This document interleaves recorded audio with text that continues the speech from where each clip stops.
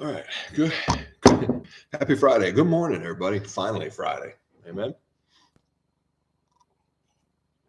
Slurping coffee with Jesus. We'll give it a minute for everybody to join in. We have a really powerful close to the week. We're going to talk about expectations, and we're going to see how God uses everything and everyone, both believer and non-believer. And we're going to watch those two intersect at several points today. It's actually pretty mind-blowing and pretty cool. So we are in the Old Testament book of 2 Kings, chapter 5. All right. And so we're going to get introduced to a character today outside of Israel. We're going to watch him come into Israel and how God will use this interaction on a multiple of levels. And so it's an amazing story. Morning, Audrey.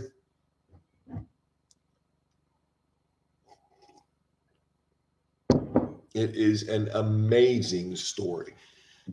And so we'll just pick it apart. We'll pull it apart. We'll read it. We'll see what the Lord's telling us, where the Spirit's leading us, and see what we got. All right, let me go ahead and get started. Audrey, I guess it's just you and I this early. Everybody's probably wore out. Seems to have been a long week. Again, we are in the Old Testament book of 2 Kings, chapter 5, verse 1.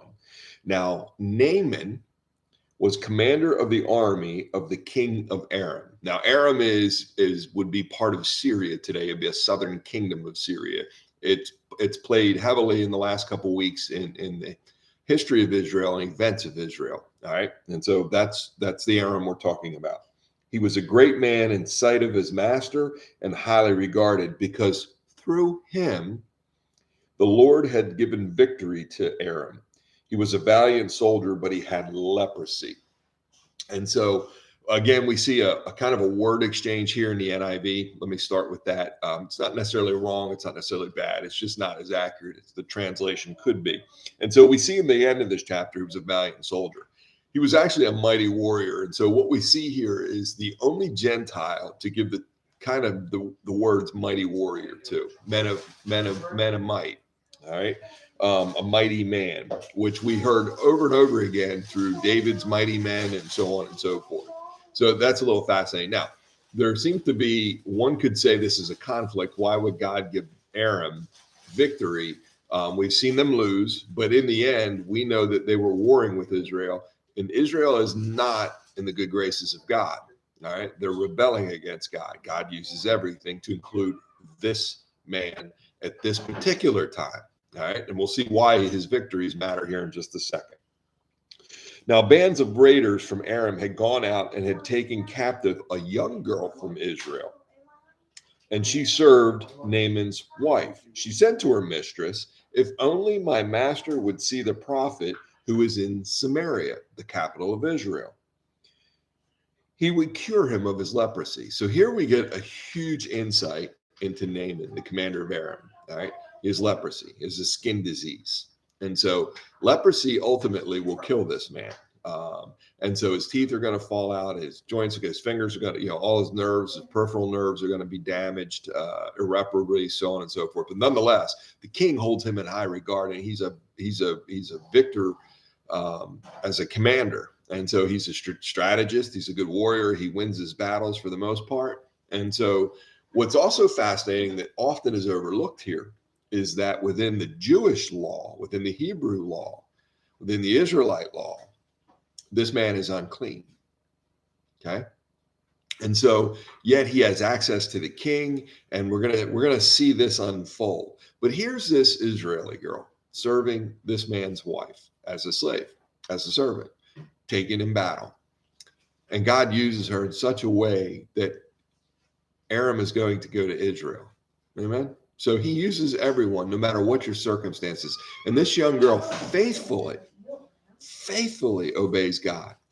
Think about it for just a second. This man is the commander and may even have participated in the raid that captured her, possibly killed her family. Good morning, baby. Good morning. And so nonetheless, she is concerned enough that she wants him healed as a human being, that she wants him to meet her God. Amen. Through the prophet. And God has directed her. And so she's obeying, even in the circumstances she finds herself. This is a huge life lesson for us. Naaman went to his master, the king, and told him that the girl from Israel had said, "By all means, go." "Go," the king of Aram replied. "I will send a letter to the king of Israel." So Naaman left, taking with him 10 talents of silver, 6,000 shekels of gold, and 10 sets of clothing. The letter that he took to the king of Israel read, quote, "With this letter I am sending my servant Naaman to you so that you may cure him of leprosy." Mm-hmm. And so what we see here is an incredible tribute sent between enemies. They're active enemies at this time, all right, Israel and Aram. And yet there's a courtesy here, and there's a love between the king and his general. All right, it can't be dismissed. Even within the worldly world, this man respects this general so much. This is the value of what he's sending. In the silver, it's about 200. I did the math yesterday with the current value of silver and gold by the ounce. It's $267,000 in silver. It's $4.5 million in gold that he's sending, and 10 sets of clothes. All right. So he goes bearing gifts. This is how much the king respects this general and loves him and needs him. And he needs him healthy, because right now they know he's under a death sentence having leprosy. It's inevitable, much like life, but this will speed it up. And he needs his general. All right. So he thinks enough above him to send the general and this money to his neighbor, plus a personally written note. All right. Between king to king. As soon as the king of Israel read the letter, he tore his robes and said, "Am I God? Can I kill and bring back to life? Why does this fellow send someone to me to be cured of this leprosy? See how he is trying to pick a quarrel with me?" Now, what we get here is a glimpse of where the king of Israel and Israel is at. I don't know if you'll notice, this has been on my radar. We haven't talked about a priest in forever, it seems like, in the Old Testament. We've only been talking about prophets. And so when the Israelites aren't engaging in their faith through the Levites, through the priests, God sends prophets instead. We see that in our own life. You waving? As the church, the world will tell you the church is dying. It's not. It is shrinking a little bit, but it's not dying by any means. It can't. It's God's people. But nonetheless, as we have less influence, the probability of prophets and revelation begins to grow. And so we need to remember that. And this is where Israel finds itself. So this king, in his bias, in his rebellion against God, he automatically assumes that they're expecting the king to cure him. Well, the king is the king. He owns everything. He's the leader of all. And so that's not what the note specifically says king, but because this is a shallow king, he assumes it's him directly when it's not. He knows he has prophets, even false prophets. And so we get a glimpse of the bias of the king, the rebellion against God. He doesn't even think about God. He immediately thinks the negative, that this is all set up to go to war. Meanwhile, a man with leprosy is being sent to his court, which is unclean by Levitical law. Amen. And so this is a really complex setup with a lot of layers to it. And it's a transition point, and it's an important one. So the king looks at, I can't heal him. This is an impossible task, rightfully, without God. Now, check out this in verse 8. When Elijah, the man of God, heard that the king of Israel had torn his robes, he sent him this message: "Why have you torn your robes? Have the man come to me, and he will know that there is a prophet in Israel." They were sent. Remember, he's seeking God. All right. Now the king is upset because he's got a crisis, and he's not within God. The crisis is simply of his own making. God didn't create a crisis here. God sent an amazing miracle about to happen. But that's not how the king sees it. He sees a crisis. And Elijah says, "Stop. You're the king. Come on. You know I'm down here. Send him to me so that our enemy knows that there's still a prophet of God in Israel." Okay. We've seen that with the enemies over and over again. All right, so Naaman went with his horses and chariots and stopped at the door of Elijah's house. Stopped at the door. And Elijah sent a messenger to say to him, "Go, wash yourself 7 times in the Jordan, and your flesh will be restored, and you will be cleansed." And so we see a little bit of decorum here. So it's polite. You just barge into his house. So he stops at the threshold. Plus, he's got leprosy. So I'm sure he's aware of Levitical law at this point. And, it's not going to be a secret how the Hebrews live. And so Elijah sends a servant to him, says, hey, listen, go wash it. No, so he's never met Elijah, still hasn't seen him. He came all this way, bore all this money, bore a letter to a king to meet Elijah. All right. Now, this is an unbelieving man. He believes in other gods. All right. And so in his mind, Elijah as a prophet should see him. He's also a man of importance. So there's going to be some arrogance to him. All right. A successful man. But he stops at the door, and instead of being invited in, he's told to go wash himself 7 times in the Jordan. Okay. But Naaman, and he's only going to be cleansed. But Naaman went away angry and said, I thought that he would surely come out to me and stand and call on the name of the Lord, his God, wave his hand over the spot and cure me of my leprosy. So Naaman in his own mind has an idea, an expectation of what success is going to look like. And that's not what happens. How often do our expectations set our goal, our guidance, our everything when we're engaging people? Often. I know mine do. I have, expectation management is part of my job, both professionally and as well as a pastor. And so he had really high expectations about how this was going to happen. And he thought it was going to be supernatural, magical. The guy was going to come out. Again, much like we learned yesterday, it wasn't the staff this week that saved the boy. It was Elijah. And so this man believed in Elijah. And yet Elijah said, just go away, wash yourself 7 times. It was super simple. It can't be that simple. It can't be that complex. Many of us thought that in accepting Christ. There has to be a catch. There isn't. And because it's so simple, we complicate it and walk away from it. This is what Naaman's done. Are not Abana and Pharpar, the rivers of Damascus, better than all the waters of Israel? And so now it's a nationalist discussion. What, in the Jordan, really? We've got better rivers in Aram in Syria. Couldn't I wash in them and be cleansed? So he turned away in a rage. All right, he turned and went off in a rage. So this is where he's at. Now he's into a prideful position. And so this is a fascinating watch of how somebody comes into contact for the first time with a living God. All right. It's never the way we think it is. It's never as we anticipate, never as we expect. And our expectations are never met because they're not accurate. Naaman's servants went to him and said, my father, if the prophet had told you to do some great thing, would you not have done it? How much more then when he tells you, wash and be cleansed? Right? So here, Naaman, despite his position, at least has a relationship with his servants that's open enough, strong enough that they can come to him and gently rebuke him with love. And they love him. It sounds like they want him cured. They want him healed.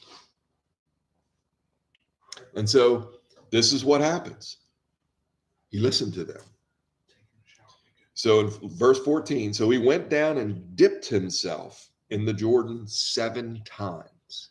So he went down into a river of Israel, God's promised land, Jordan, and dipped himself 7 times as the man of God had told him. And his flesh was restored and became clean like that of a young boy. All right. It wasn't the water. It was the act of faith of doing specifically what God through the prophet told him to do.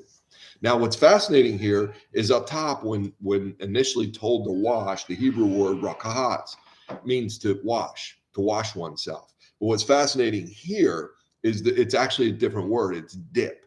And the Hebrew word tabal means to dip. So he's not just washing himself. He's not walking to the edge and splashing water and, maybe washing his hair and dipping it. He's dipping it. He's jumping in the water with all the passion that he has. And God honors that. This non-believer is healed. No more leprosy. Right? No more leprosy. What does that mean?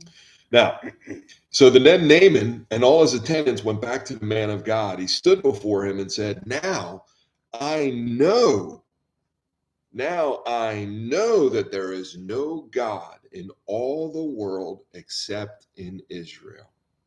So please accept a gift from your servant. So this starts out with a disease, a successful commander with a disease, a young captured servant Israelite girl who honors God and listens to him, and even has sympathy and compassion for her captor. And the general goes into the heart of God's people, into their land, to Samaria, the capital of Israel, to meet a prophet whom he then challenges, and yet the Lord is still patient. And when he uses a servant, this commander of an enemy of Israel comes into the Jordan and gets to know God. He sees God. He sees the results of God. The proof is laid before him. He's made whole, not partially, not healing. He comes up out of that water on the seventh plunge, completely healed. Not just healed, but with flesh like a young boy. He's even not even aged in his flesh. Think about that miracle. Now, what can I do for you? And the prophet answered, as surely as the Lord lives, whom I serve, I will not accept a thing. And even though Naaman urged him, he refused. So Naaman's telling him, listen, I brought a lot of money. Let me give you something. And the prophet says, no, I serve God. This wasn't me. This was God. God did this. I can't take anything. This is God's glory. You need to understand God did this. I simply told you what to do on behalf of God, but I didn't do anything. This was your faith and between you and God. Think about that today between us and Christ. Yes. Yeah, I see. Hang on, honey. Now, if you will not, said Naaman, please let me, your servant, be given as much earth as a pair of mules can carry, for your servant will never again make burnt offerings and sacrifices to any other God but the Lord. But may the Lord forgive your servant for this one thing. When my master, the king of Aram, enters the temple of Rimmon to bow down, and he's leaning on my arm, and I have to bow there also. When I bow down in the temple of Rimmon, may the Lord forgive your servant for this. So we have two errors right out of the gate. And so often we'll challenge people's faith. And so, in today's world, I know so many of my friends who are without a doubt saved and believers, and yet sometimes we can be condemning. So here's a man who, without any teachings, he's met God, been healed. God has touched him, yet he wants to take 2 cartloads of dirt because he thinks this is the God of Israel, and God is bound to the land of Israel and only Israel. This is the God of all creation. And then secondly, he admits that he's going to have to, this language is kind of vague in here in the Hebrew when he says his master's leaning on him. He's not talking about physically leaning on him. He's talking about as his right hand, kind of like we see in the Game of Thrones movies, a lot of the King's movies today. And actually, I don't even know if it's historically accurate, but they have this position for their counselor called the hand. This guy is kind of like that. All right. And so he's going to escort him into the temple and worship with him. He's his right hand. He's going to be there. And so he's asking for forgiveness in advance because he still needs to do those things, those worldly things. And so it's fascinating to see how he's got this all mixed up. He's not in church. He's not an Israelite. He's not headed back to a Hebrew place. He has a servant girl that may or may not be able to educate him on these things, but he thinks the supernatural's in the land. And this is how Elijah responds. Go in peace, he said. Elijah doesn't rebuke him, doesn't correct him, doesn't teach him, doesn't educate him. Elijah in his simple response, go in peace, simply reminds him that it's between Naaman and God. I can't forgive you. I can't come for you. I can't speak to God on this. This is between you and God. You decide if you're going to stay with Aram. You decide if you're going to still go into that temple to that false God. You decide these things with God. Pray to God. Well, by the way, he doesn't educate him on the dirt or any of this. He simply says, go in peace, which has such tremendous implication. The peace of God be with you. But nonetheless, it's peace of God. It's God to decide these things. You must bring it before God. And this is something so often we forget. We love middlemen. We really do. Yes, ma'am. I love you too. And so we love middlemen. Now, after Naaman had traveled some distance, Gehazi, the servant of Elijah, the man of God, said to himself, he heard all this. He heard the offers, the treasures. He's seen it all. My master was too easy on Naaman, this Aramean, by not accepting from him what he brought. As surely as the Lord lives, I will run after him and get something from him.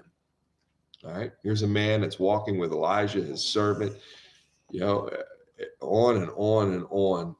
He got leprosy yesterday himself. Remember that? Or excuse me, I'm ahead of myself. Wow. Gosh darn it, I forgive me. And man, when we read like this, sometimes it all bleeds together. And so he's like, I'm going to get me some for myself. We should have gotten something. This is the enemy of Israel. And we just blessed him. We watched God heal him. He's going to come back and do things. And we should get something for this. So Gehazi hurried after Naaman. When Naaman saw him running towards him, he got down from the chariot to meet him. Is everything all right? He said. So Naaman himself sees Gehazi. He knows who he is because he was in the discussions between him and Elijah. And so he's watched him before. Again, Gehazi's the one Elijah would have sent him to the door at the first time they met Naaman. When Naaman stopped at the threshold, it would have been Gehazi, on behalf of Gehazi, that he told him to go wash himself in the Jordan. And so he knows who Gehazi is. And he gets down from the chariot. Is everything all right? Everything is all right, Gehazi answered. My master sent me to say, 2 young men from the company of the prophets have just come to me from the hill country of Ephraim. Please give them a talent of silver and 2 sets of clothing. By all means, take 2 talents, said Naaman. He urged Gehazi to accept them, then tied up the 2 talents of silver in 2 bags with 2 sets of clothing. He gave them to 2 of his servants, and they carried them ahead of Gehazi. All right. And so what we see here is a couple things. One, Naaman is still, he's got passion right now. He's all excited about everything. And so he's let me give you something. And so there's so much that it takes 2 servants to carry. We can't get lost in that. We need to make sure we remember that detail. 2 servants to carry everything he just gave to Gehazi. So when Gehazi came to the hill, he took the things from the servants and then put them away in his house. He sent the men away and they left. And he went in and stood before his master. Elijah asked him, where have you been, Gehazi? So Gehazi's taken this and then hidden it away. All right. Greed. Nothing short of greed. Your servant didn't go anywhere, Gehazi answered. Elijah's a prophet. He's getting ready to prove it again. But Elijah said to him, was not my spirit with you when the man got down from his chariot to meet you? Is this the time to take money or to accept clothes or olive groves and vineyards or flocks and herds or male and female slaves? All right. So with the Spirit, Elijah is letting Gehazi know not only does he know what he's done, he knows the desires of his heart. He wasn't given olive groves or slaves or herds, but he knows that's what he desires. He knows that's what he labors for, even amidst the service of the prophet, and that he'll do anything to get these things. So he sees the lust in his heart. Naaman's leprosy will cling to you and to your descendants forever. Then Gehazi went from Elijah's presence, and his skin was leprous. It had become as white as snow. All right, so what we see here, I need you to go ask your sister to get ready to take you out to the bus. Okay. All right. And so. She's getting ready. Huh? I think she's okay, go check, please, because you got to get out there right now. And so what we see is the transition from a non-believer to an alleged believer. All right. This is Gehazi's an Israelite. He's serving the prophet of God. He's serving God. He's kind of again, we haven't seen any priests. They're fulfilling kind of a de facto role at some level. And so, it's fascinating to me to see how God, his righteousness is pure. And it is always for everybody. Everybody goes before God's righteousness. But think about Naaman, a non-believer, got mercy. Gehazi did not. Naaman has changed. with the miracle that occurred to him. Now he's walking and trying to figure out God. Do I take earth? What do I do when I go in the temple of the other gods? He's asking legitimate questions. Solid Christians, mature Christians, discipling Christians would engage him to educate him, not to judge him. Something we don't see often enough in the world anymore, because we don't preach and teach discipling from the pulpit. I like to think our church is a discipling church, and I can be engaged, and we engage one another for the sake of God's glory. Yet Gehazi did not. Gehazi was only after his own gain. And so we see leprosy, a death sentence, change from Naaman, a non-believer, and actually an enemy of Israel, to Gehazi, a citizen of Israel. Amidst all this, we see different acts of faith, availability, and we see the power of expectations. Yeah, babe.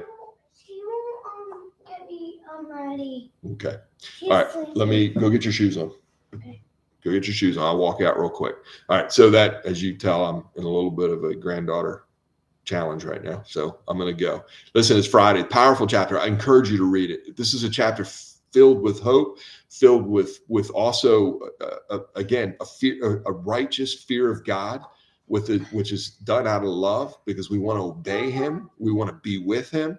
And we see how availability and expectations matter. It's hard shoes. Okay, one more. And so with that, let me pray the peace.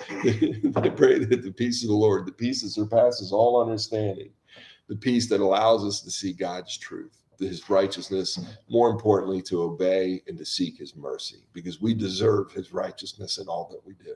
And until we meet again next Monday, may the peace of the Lord provide safety and protection for you and your families. Amen, amen, and amen. All right, my friends. I love you guys. Have a great weekend, and we'll catch up Monday morning with chapter 6. Take care. Audrey, have a great weekend. All right, I don't know that we didn't miss the